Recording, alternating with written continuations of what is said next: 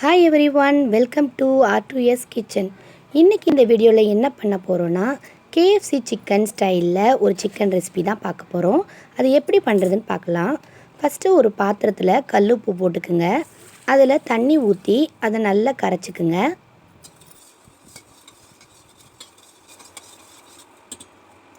தண்ணியில் உப்பு நல்லா கரைஞ்சிடுச்சு. இப்போது இதில் நம்ம க்ளீன் பண்ணி வச்ச சிக்கனை போட்டு நல்லா மிக்ஸ் பண்ணிடலாம்.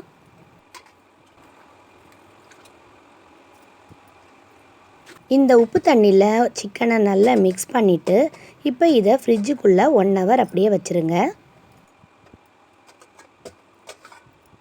1 ஹவர் ஆனதுக்கப்புறமா அந்த சிக்கனை ஒரு 2 வாட்டி சாதாரண தண்ணியில் வாஷ் பண்ணி எடுத்துக்குங்க. இந்த மாதிரி பண்ணும்போது தான் சிக்கனில் உப்பு நல்லாவே ஊறி இருக்கும். நம்ம ஃப்ரை பண்ணி எடுத்ததுக்கப்புறமும் ரொம்பவே டேஸ்ட்டாக இருக்கும் அந்த சிக்கன். இப்போ இதுக்கு மசாலா ரெடி பண்ணிடலாம். அதுக்கு ஒரு பாத்திரத்தை எடுத்துக்குங்க. அதில் மிளகாய்த்தூள் 2லேருந்து 3 ஸ்பூன் உங்களோட காரத்துக்கு ஏற்ற மாதிரி இதில் சேர்த்துக்கலாம். இது கூட மஞ்சத்தூள், உப்பு தேவையான அளவு, அந்த சிக்கனுக்கு ஏற்ற மாதிரி உப்பு சேர்த்துக்குங்க. இஞ்சி பூண்டு பேஸ்ட்டு 2லேருந்து 3 ஸ்பூன் வரைக்கும் நீங்கள் சேர்த்துக்கலாம்.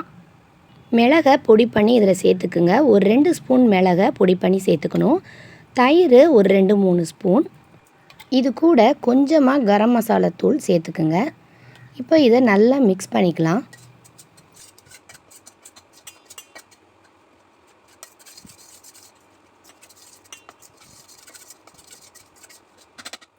நல்லா மிக்ஸ் பண்ணதுக்கப்புறமா நாம் எடுத்து வச்சுருந்த சிக்கனை இதில் சேர்த்துக்கலாம். இப்போது இந்த சிக்கனை மசாலாவோட நல்லா மிக்ஸ் பண்ணிக்குங்க.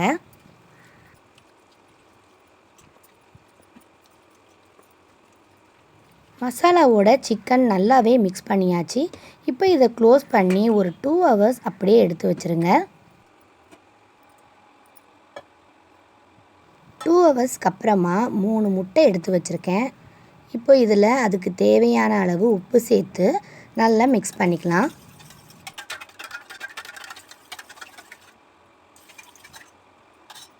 முட்டையை நல்லா மிக்ஸ் பண்ணி எடுத்து வச்சாச்சு. இப்போ ஒரு பிளேட்டில் மைதா மாவை இந்த மாதிரி ஸ்ப்ரெட் பண்ணி எடுத்து வச்சுக்குங்க. ஏற்கனவே மசாலா தடவி ஊற வச்சுருந்த சிக்கனை இப்போ முட்டையில் எடுத்து நல்லா நம்ம மிக்ஸ் பண்ணிக்கலாம். கையை யூஸ் பண்ணாமல் இந்த மாதிரி ஒரு கரண்டியை வச்சு நீங்கள் ஃபுல்லாக ஒரு கோட்டிங் கொடுத்துருங்க. அதுக்கப்புறமா அதை எடுத்து அந்த மைதா மாவில் வச்சு நீங்கள் உங்கள் கையை யூஸ் பண்ணி அந்த மாவு எல்லா இடத்துலையும் படுறது மாதிரி மிக்ஸ் பண்ணிக்குங்க.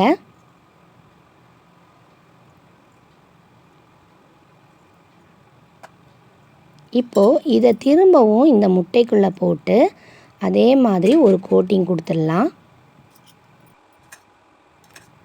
கையால் நீங்கள் இந்த முட்டையை நீங்கள் இதுக்கு மேலே கோட்டிங்காக கொடுக்கும்போது திரும்பவும் நீங்கள் மாவில் கை வைக்கும் போது சப்பாத்தி மாவு மாதிரி அது ஆகிடும் முட்டையோடு சேர்ந்து.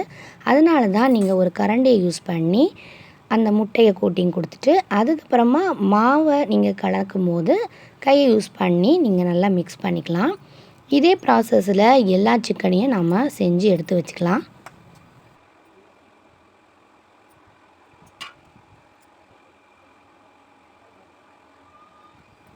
இந்த ப்ராசஸ் முடித்த உடனேயே நீங்கள் ஆயிலில் போட்டு உடனே பொரிச்சு எடுத்துடணும்.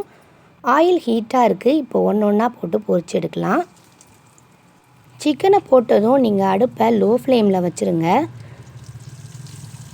2 மினிட்ஸ்க்கு ஒரு முறை இதை திருப்பி விடுங்க. லோ ஃப்ளேம்லேயே தான் இந்த சிக்கனை நீங்கள் பொரிச்சு எடுக்கணும். அப்போ தான் உள்ளே இருக்கிற சிக்கன் நல்லா வெந்து வரும். பொறுமையாக இந்த மாதிரி 2 சைடும் நீங்கள் திருப்பி போட்டு வேக வச்சிங்கன்னா வெளியே கோட்டிங் உங்களுக்கு ரொம்ப கருகாது. இந்த மாதிரி ஒரு பொன்னிறத்தில் வரும்போது நீங்கள் இதை எடுத்துடலாம். இப்போ இந்த சிக்கன் ரொம்பவே அழகாக ரெடி ஆயிடுச்சு.